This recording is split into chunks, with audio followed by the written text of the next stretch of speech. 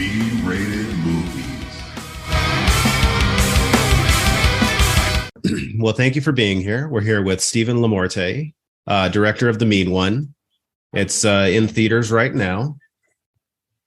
Thank you for being here. Thanks so much for having me. I'm excited to chat about The Mean One. Oh, yeah.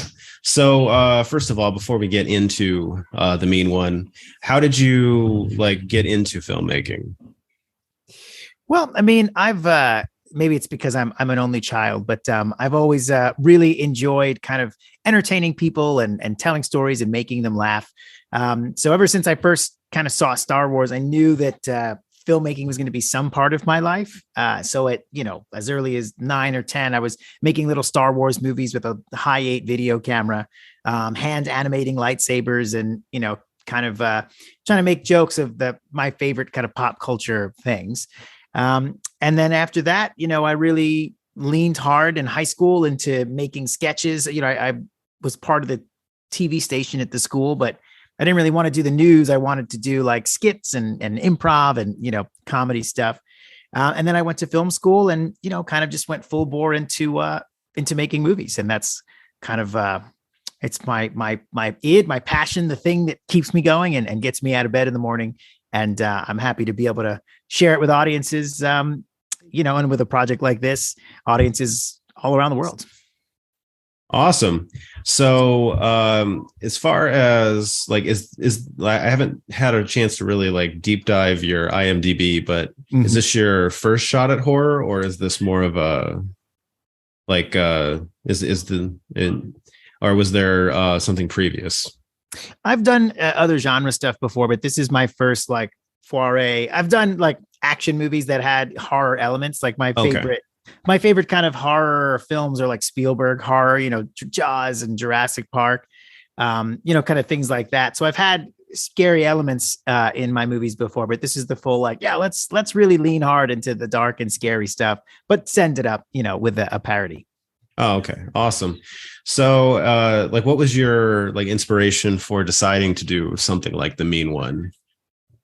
Well, I've always really felt that kids' drawings were just inherently creepy. I used to work in education, and there's something about kids, the little sketches they make. And, it's a big part of the movie actually is, that kid's drawing that's in the trailer of The Mean One. And something about them just inherently weirds me out. If you just Google search creepy kids drawings, you'll come up with all of the most truly haunting imagery where a kid was just draws a face with no mouth and it says, "He watches me sleep." Something about that is always, kind of stuck with me. And, when it comes to the source material and the author's work, if there was ever going to be a green Yeti Bigfoot style monster that lived in the mountains and hated Christmas, this thing would not be happy. He wouldn't be singing songs. He'd be like a monster and he would be eating people and going to town and causing mayhem. So that was kind of the spark that set off this whole thing. And, it kind of grew and grew until we said, "Hey, I think we could do a whole movie based on this." Awesome. So you make this movie. Did you ever expect it to hit theaters? Was that I know it's the end game idea, but was that the realistic goal here? Well, no, really, no one ever thinks, especially nowadays, you think that really only the, really big, dramatic Marvel tentpole stuff are going to be the stuff that goes to theaters. So, we planned on it being a streaming movie. We planned on it being released for free. And, originally it was never planned to even be a feature. It was just going to be a 4-minute fake trailer that I made with my, 12 favorite jokes kind of beat into the ground and a different title that's way more upsetting. And, we made this trailer and this is December of last year. And I showed some friends who, I work with, and they were like, "Hey, where's the movie?" I said, "Well, there is no movie. We just got these 10 jokes. It's a 3-minute trailer and that's it." And they're like, "Yeah, but where's the movie?" And one thing led to another. We put a script together, and May of this year, we're shooting the movie. And not even 6 months later, we're in theaters. So it's been a total whirlwind and far exceeded my expectations. A little scary, but super cool all the same. Oh yeah, that's awesome. Definitely. This is just such an awesome time for independent horror. you get Terrifier 2 like doing amazing in the box office, and then this movie's coming out in theaters, and I even read that Winnie the Pooh Blood and Honey is going to be in theaters. So it's really cool. Just very encouraging. Well, and not only that, I mean, a big one that a lot of people don't give enough credit to is Smile, right? Smile and Prey were kind of the two. They proved two different points, right? Prey proved that you could make take existing IP, make a smaller, more intimate film that was more, kind of back to the basics, and have it be successful, even though it's quote unquote only on streaming.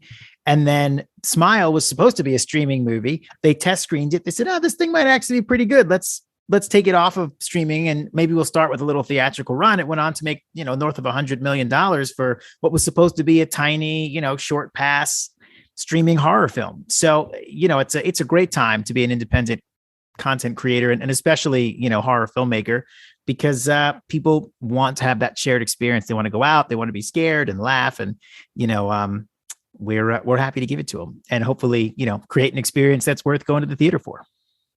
Awesome.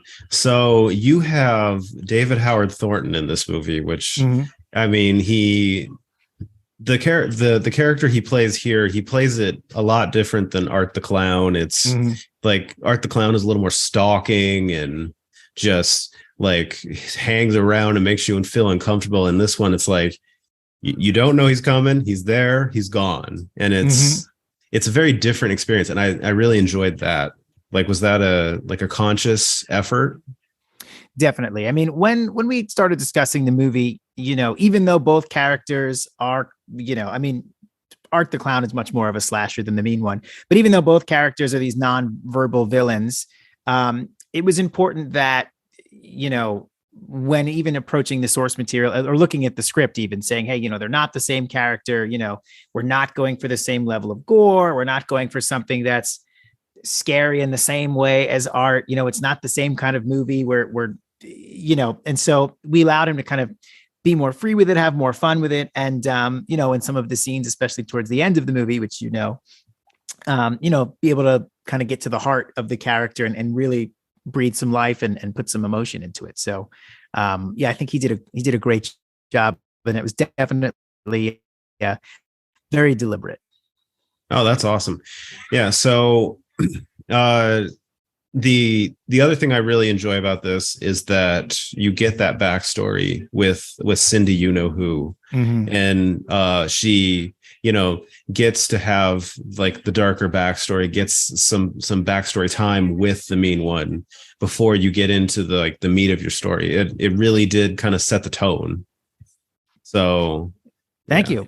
Yeah, I mean, look, one of the things, this idea of the strong female character that, I feel like every time we have like a trend in movies, like, oh, this is the first time we've had a blank, right? And the idea of the strong female character, people are saying, oh, this, I've definitely seen some who feel like, oh, we're oversaturating the market. All of the Marvel heroes are, female driven.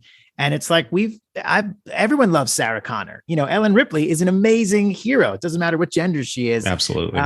And so this idea that like, if you take Sarah Connor at the beginning of Terminator 1 and Sarah Connor at the beginning of Terminator 2, I mean, what a huge change for a character. And it was definitely something I really wanted to bring to life, was this idea of, okay, the final girl has to use whatever resources she can to take on the monster. But what if she went full Sarah Connor? What if we skipped ahead to that, Laurie Strode in the new Halloween movies? What if we skipped right to that? And that was where she went for the final showdown. And that was, one of the things that kind of inspired me. What if the two of them, what if he was a monster and they went toe to toe? And that was something I'm really glad we got to bring to life and capture. Yeah, that's awesome. And I mean, even like the whole, like the town and like all of the people, like it felt like you get like a community kind of feel to everything in this movie. Even the smallest character kind of feels like they have like a character arc, which there was really a lot of thought put into this. Well, thank you. I mean, the writers Flip and Finn are, they're awesome. And, we kind of I gave them, the outline, and we said, hey, here are the beats. And, we wanted to have kind of this mystery element, and here are the references to the movies. Here's Jurassic Park. Here's the other references to the source material. Here's Halloween. Here's Psycho. Here, we gave them kind of all these pieces, but they really wove it together in a way that makes it more than just a handful of, beautiful 20 somethings die one by one, and then the movie's over, like they really gave it some meat. And, I'm glad that there's a mystery and there's a, story and stakes to it that, the whole time. Awesome. And the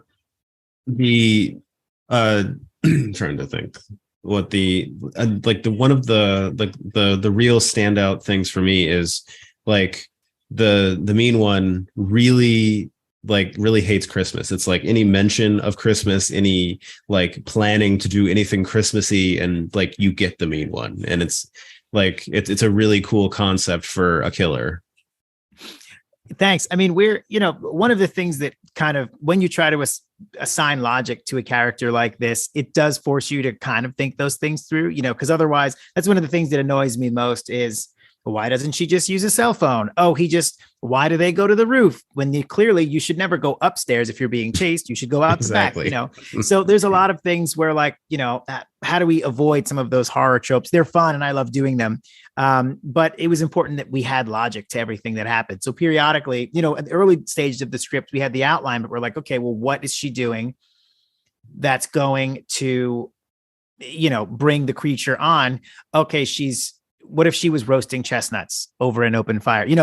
We went and, we went and looked through all of the, just thinking of the tropes. What are the things that would bring him out? Is it tinsel? Is it a jingling bell? Is it music? Is it, hanging of a decoration, all that stuff, and kind of going through and saying, well, what are Christmassy ways also for people to die? There's Christmas horror has been around forever.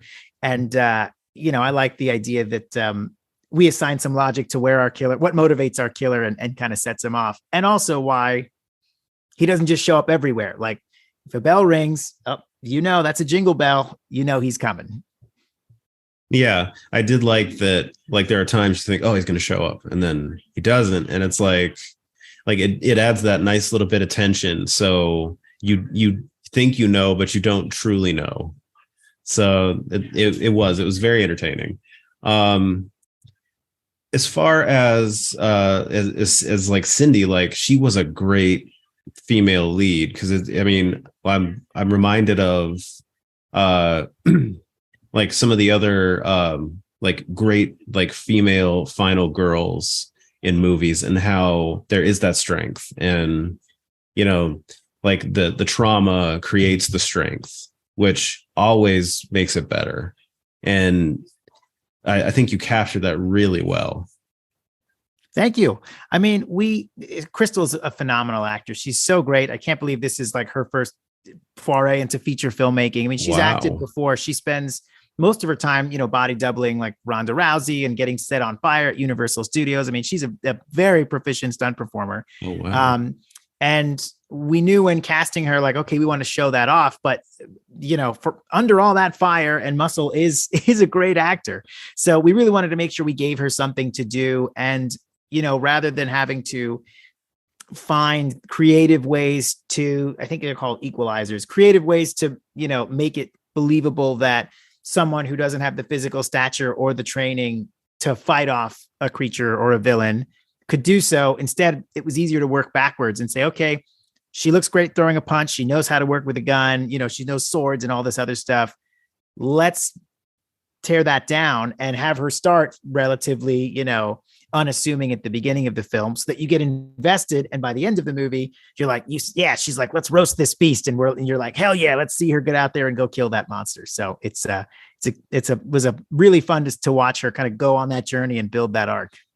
Oh yeah, it was really a really good character arc. It does, like, it's hard to truly capture the empowered female without it feeling like forced or tokenish in a way. And I think you did a really good job of that, where you show the weakness growing into strength, which it's like some of these movies, it's just like all of a sudden it's like a switch flips and like you know how to walk down the street holding a gun, shooting a shotgun at your hip, and it just doesn't come off believable at all. I think that, the desire to, and maybe, I don't know if it's an actor thing or it's a writing thing, but I think the desire to not look weak kind of hurts characters a little bit, Yeah. and I've definitely like worked with athletes and, or actors who maybe had a little bit of an ego and were concerned, oh, I don't want to look weak, or, oh, I don't want to, have my character show weakness. And it's like, there's nothing more boring than watching a competent person succeed. Yeah. Right. I mean, exactly. like, and I feel like a lot of TV shows fall for that, where it's like, look how awesome I am. And you're like, yeah, but we don't, even Tom Cruise almost died in the beginning of Top Gun, you had to watch him push himself too hard to get where he's coming from, think that this flight was almost impossible. And then, when he succeeds, he earned it. That's what makes us care. And, you have to dedicate some runtime to like that buildup. And I'm glad you dug it. Yeah. Because we took our time with it, It's totally cool. So is there any like future plans for like maybe a Mean One 2, or like a Cindy Lou Who, or I mean a Cindy who type of like a spinoff or whatever? Well, we're still in the thick of it, coming out now. I may or may not have a bunch of ideas and sketches and an outline, but as of now, no. If you were to ask me formally, I would say no. We have no plans for a sequel. But if we did, it would be crazy. And but I don't, and that's going to be all I'll say about that. All right. Yeah. No. Definitely.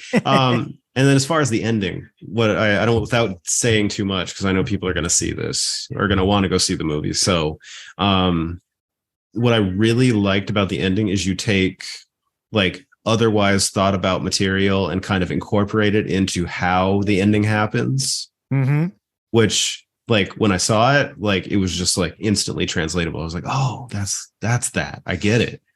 Like it just comes off really readable. Thank you. I mean, it was,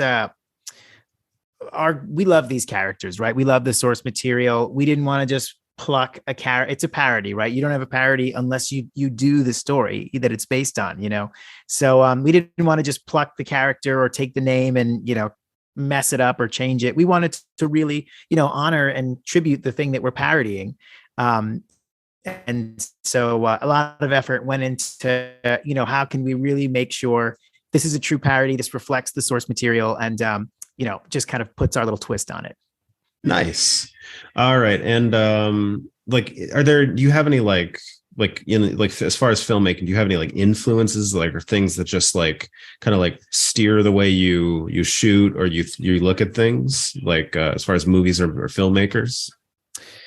Well, I mean, I will say that I'm a big fan. I've always been a big fan of Robert Rodriguez. The fact that he started as basically a YouTuber before there was YouTube, right? Oh, wow. This DIY filmmaker who, him and his two buddies went and shot almost the same story. Him and a few buddies got together, shot what was supposed to be a direct to video, just trashy action film, ended up accidentally being kind of good, and, went to festivals, got a theatrical release, and kind of set his whole career off. And there's something really economical, at least there was anyway. Now he's doing bigger, VFX things, but there's something really cool about a filmmaker who's willing to, acknowledge sometimes you don't need 20 shots. How can I tell the story in 2? David Sandberg is another one I love, who used to be a YouTuber and still does YouTube videos actually. And then does, gets to make makes a short version for Lights Out. Then he gets to make a feature version of Lights Out. Then that was he a gets really to good make, movie. Yeah, Lights Out, super fun. Then he gets to make, an Annabelle and a Conjuring, and all of a sudden he gets tapped up to the big leagues and gets to go do Shazam. But, he was a YouTuber not even 10 years ago, not even 5 years ago. So there's something, I think, even if it's not stylistically, something I can appreciate conceptually about filmmakers who, haven't been doing it forever, but are relatively new to the scene and, are aware that, filmmaking is restriction. Not everyone has James Cameron, 1,000-person crew and the ability to build the actual Titanic for your Titanic movie. Oh yeah. And, our film was made for, not even Terrifier 2 money. It was like Terrifier 1 money. I mean, it's a handful of my friends got together to shoot a video that we were supposed to release for free. And now it's in theaters. And, so it's hard not to be inspired by those great filmmakers and, kind of making their own way and getting it out there and saying, yeah, we're restricted and that's cool. Let's just try to make a good film. And I've always found that inspiring. Oh yeah.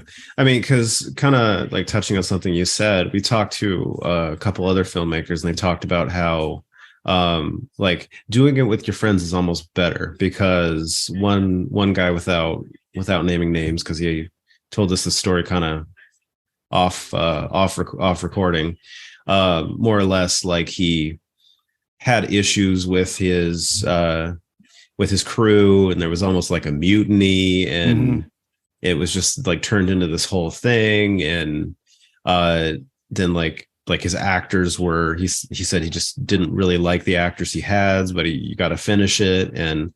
And he said like in the future, he would only really do movies with people that he liked, that loved horror because, or people that he knew and trusted, because it's just like, they're just more committed that way. Well, I look, I think that there's a place for you. I mean, you really can't make a movie by yourself. You certainly can, but it's really, really hard. Right. And I think there's a place for working with a large crew. I mean, if you want to build a castle, like, you need help. Right. But I also think there's something to be said for a movie where everyone's super invested. People are all wearing multiple hats, which is not comfortable. Okay. Our producer is also Mayor McBean. She's also my fiance, which is a huge job in and of itself, because I'm a pain in the ass. And she also did all the wardrobe. I'm spray painting shoes and trying to distress the Santa suit. And, our makeup artist is like, okay, well, if I cut the hair off of this thing, I'll put it onto his neck. And, can we recycle this or can we reuse those pieces? And, it's almost more fun because you can really feel the passion in a movie where everyone tried really hard. They're excited to see it get done and, contribute in their way to setting up the fake snow or building this part of the suit or bringing in this prop from home or having their picture be in the missing poster. Like I think it's just more fun and a more collaborative experience. And you can always tell, I think, if you see some movies that feel kind of hollow, right? Like there's nothing there that, okay, well, maybe some of these people were just in it for a paycheck or, were like, didn't read the script and didn't care. And they just kind of like showed up and did it. And, those movies don't have any life. And that's why I feel like sometimes the indies they have a life, even if they don't have the budget. You can just feel these people cared. They really tried. They made the best with what they had. And, and they had fun making it. And you can just feel it. It's in the DNA of the movie, regardless of the subject matter. Oh yeah. I mean, that's like what a lot of our podcast is about, because there's a lot of the horror movie podcasts that do the A movies and talk about how great they are. And it's, but like the thing that really draws us is the movies that may not necessarily have the budget, or like some of the movies we've covered. It's like we did that movie for $900 and it's like, you did that for $900. It's like, that's a lot of work. Like to get it to look like that, right? Or like even $2,000, and they said they spent most of the money on like fixing lights and cameras, and very little of it actually went into anything else. And like it may not look great, but it's entertaining because you can tell the passion's there. I mean, look, it's there's something to be said for making art with your friends, and the 15 maniacs that I brought along with me to help me make this movie happen over the course of 14 days. Like we become like a little family. A lot of them I work with all the time. And, we're in between commercial gigs. I'm like, look, here's a shot of the monster that we just finished, like it's, oh, cool. Can I help with the color? Like, it's just everyone, all hands on deck. And, awesome. it's just a more fun way to, to make movies. And I don't know, it's just, I've worked on the other kinds of projects for sure. And it's just not as much fun. It doesn't really matter how much you're getting paid. If, there's any job's going to find its way to suck. When you're working with your friends, it's a blast. Awesome. So, do you have any other like upcoming projects that you can talk about? Sure. Oh, sorry, my son's right here. Sorry. No, that's all good. He wants to be part of the process. I love it. Yeah. I have 2 new movies coming up. The first one is done and will be released early next year. It's called Bury Me Twice. It's a zombie film noir mashup. So it's like a live action comic book. It's the story of a hard-boiled detective in 1950s Los Angeles who's trying to find a missing girl. And it turns out she hasn't been kidnapped or murdered. She's patient zero for the zombie apocalypse. So if he can figure out what happened to her, he can hopefully save her and save the city from tearing itself apart. And that'll be out early next year. Awesome. That sounds amazing. We'll definitely cover that. It's super fun. Same writers, really like campy adventure. The whole thing was shot green screen, so it's like a mix of Sin City and it's light and fun like The Mummy.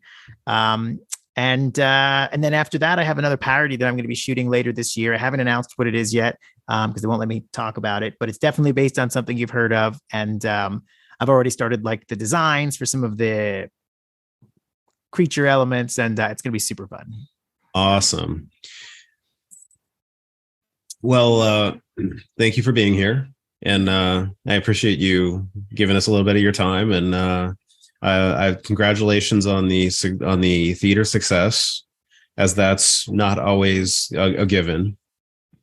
Thank you. I mean, look, the being in theaters is amazing, and it's wonderful, and it's scary and horrifying. And I feel like I'm exposed every time the movie plays, not just because I have a cameo in it, but the movie having the life that it was only supposed to play for a night, and then it was only supposed to play for a weekend. And now we're in our second week, looking at potentially going into our third. Wow. It's crazy. And that only happens because people are seeing the movie. People are liking the movie, I think. And people are telling their friends. So, it's amazing. We may have gotten ourselves into theaters, but it's the audiences that are keeping us there and supporting the film. And we're so grateful for anybody that went to go see it and, or maybe tell their friends, hey, take a shot on an indie, because, a lot of love went into making this tiny little thing and trying to make people laugh. And we hope people enjoy it. All right. Well, thank you very much. No problem. Thank you. All right. Thank you for listening to the podcast. We are available on Apple, Google, Stitcher, and Spotify. Give us a like and subscribe if you like what you're hearing.